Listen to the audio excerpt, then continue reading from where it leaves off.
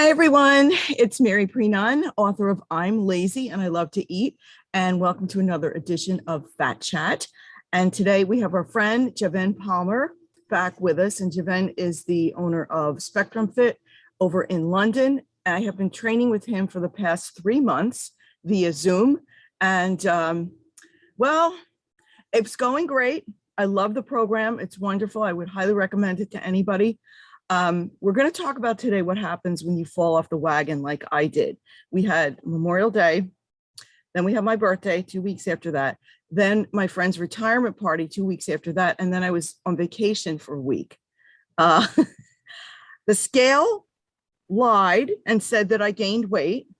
So we're going to find out today what we can do to get back on track. So I know we've talked about this before, and what is the first thing, Jav, that you would say to people who have, you come back from vacation, you had a great time, and then you step on the scale and you go, oh my God, what did I do?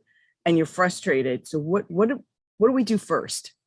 So I would actually probably recommend someone to take their time to think about their emotions and their mental side towards the scale, because to be honest, if you've had like maybe a 2 or 3 week period of being really social and having a bit of downtime, the likelihood that you've actually gained like body fat in that time frame is actually quite small.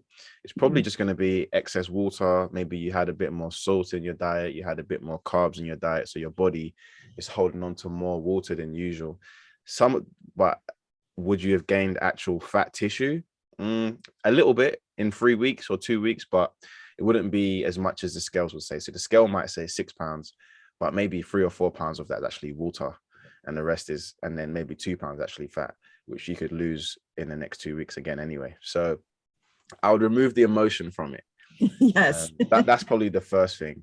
In terms of like practical steps, I think the first thing is just to get back to being active again and trying to be active. And I always recommend, even if you've got vacation or some type of like social thing coming up, to at least try and stay active every other day. That's kind of a rule I like to give people, is like, okay, on vacation for 2 weeks or 3 weeks, just try and move every other day. Don't have to do it for something every day because that's unrealistic. But every other day, go for a walk, go for a hike, walk on a treadmill, do a little cycle in a hotel gym, something like that. So the first thing is get back to some activity. Practical thing, get back to some activity. Right. And that's probably easier to do than getting back on track. Because when you're kind of, a free for all and you're on vacation mode, you're eating the bread, you're having maybe an extra cocktail, or, you're eating like things that you normally wouldn't eat, fried foods, a lot of sweets. So your body kind of gets used to that. So now you have to kind of like decompress from that. And so how do you go from, for lack of a better word, binge eating to getting back on track? What's the first thing should people maybe start with, a healthy breakfast and then move from there?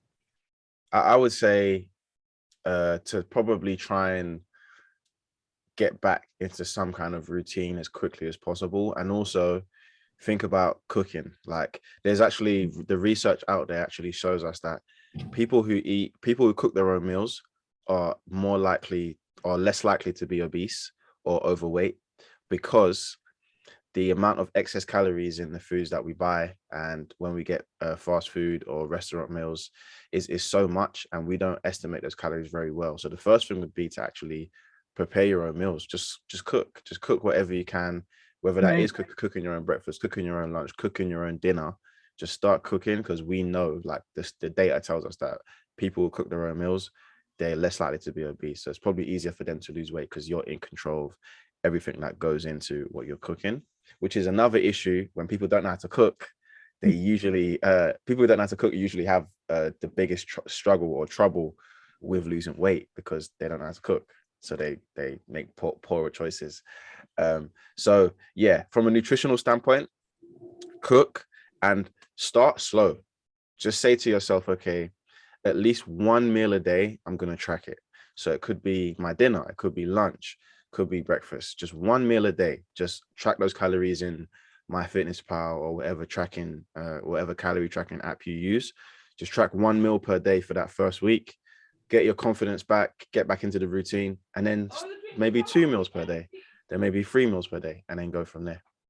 And you mentioned MyFitnessPal, and I've been using, that's what we use here with your group. And I've been using that for quite a few years. It's absolutely free. If you go to your phone into the App Store, you just download it. It's called MyFitnessPal, and it's free. And it's very easy to use. It does not take a lot of time. And then once you put foods in there, when you start entering it, it'll pop right up again. So it's very easy to do. And also for cooking, I mean, a lot of us are, working full time and we don't have time. And in my book, I'm Lazy and I Love to Eat. It's actually my journey of how I lost 50 pounds. Took me almost 20 years, but I did it. And now maybe 5-10 pounds that I've strayed, but I have to get back. But my point is, in the book, I talk about easy ways to cook. I'm all about boil and bag rice, frozen vegetables. Yeah, exactly. Put little potatoes in the microwave. And I usually do a bagged salad for lunch with either some kind of protein, either chicken or turkey, shrimp, something easy that you can just grab and go. And if you have a family, I mean, that's easy to do too. I have a grill. I grill all the time in the summer, even in winter when it's freezing cold. I'm outside on the grill because it's very easy and it's not time consuming. So even if you're not a gourmet cook, which I am not, you can still put some, pretty decent meals together. Yeah, you make some good points there, especially the bagged rice. That's like bagged rice. Even some supermarkets, they'll do like the rotisserie chicken that's already cooked. Mm-hmm. So even if you can't cook, you can still make a good meal out of bagged rice, steamed vegetables, and rotisserie chicken. Like right. Protein, carbs, healthy minerals and vitamins with the vegetables. And actually, there's actually some research that suggests that frozen vegetables are actually better than some of the fresh vegetables, which I don't know if that's entirely true, but that's what some research says, because when they freeze it, they flash freeze it, so it keeps its quality straight away. Versus obviously when the vegetable's picked, it starts to degrade as soon as it's obviously taken away from the ground or from the tree or wherever it's come from. So yeah, like there's really no excuse. There's actually, because there's so many ways you can do it. Great. Well, I mean, I hope this has helped everybody today, just a little bit about how to get back on track. And Jav, why don't you tell people how they can get in touch with you if they would like to learn more about your training program? Yeah, so the best place to actually connect with me is either on Facebook or LinkedIn. LinkedIn is Javen Palmer, Javen, and Facebook is also Javen Palmer, Javen Palmer. And then also I do have a podcast. It's called the Spectrum of Health podcast. It's on Apple Podcasts, Spotify, all that good stuff. And I like to view it as like I coach for free basically on there, because if you listen to it and you apply everything that I teach you, then you could actually probably create your own training plan just from listening, if you was that intense and that intent on it. So those are the best places to learn more about my coaching style and how I can help you. Great, thank you. And he does have some great advice. We were talking the other day about don't weigh yourself every day, because that's a point of frustration. Please don't. You know why? Yeah. You know why? Because sometimes I might weigh myself this morning, I might be 200 pounds, and tomorrow I'm 205. And it's very unlikely that I gained 5 pounds of actual fat tissue or muscle. It's impossible that I would have gained that much.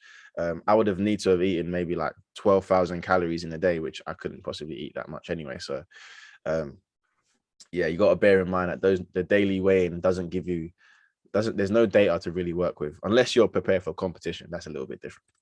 Okay, great. Thank you so much. And thank all of you for watching. And we will see you again soon. Bye-bye.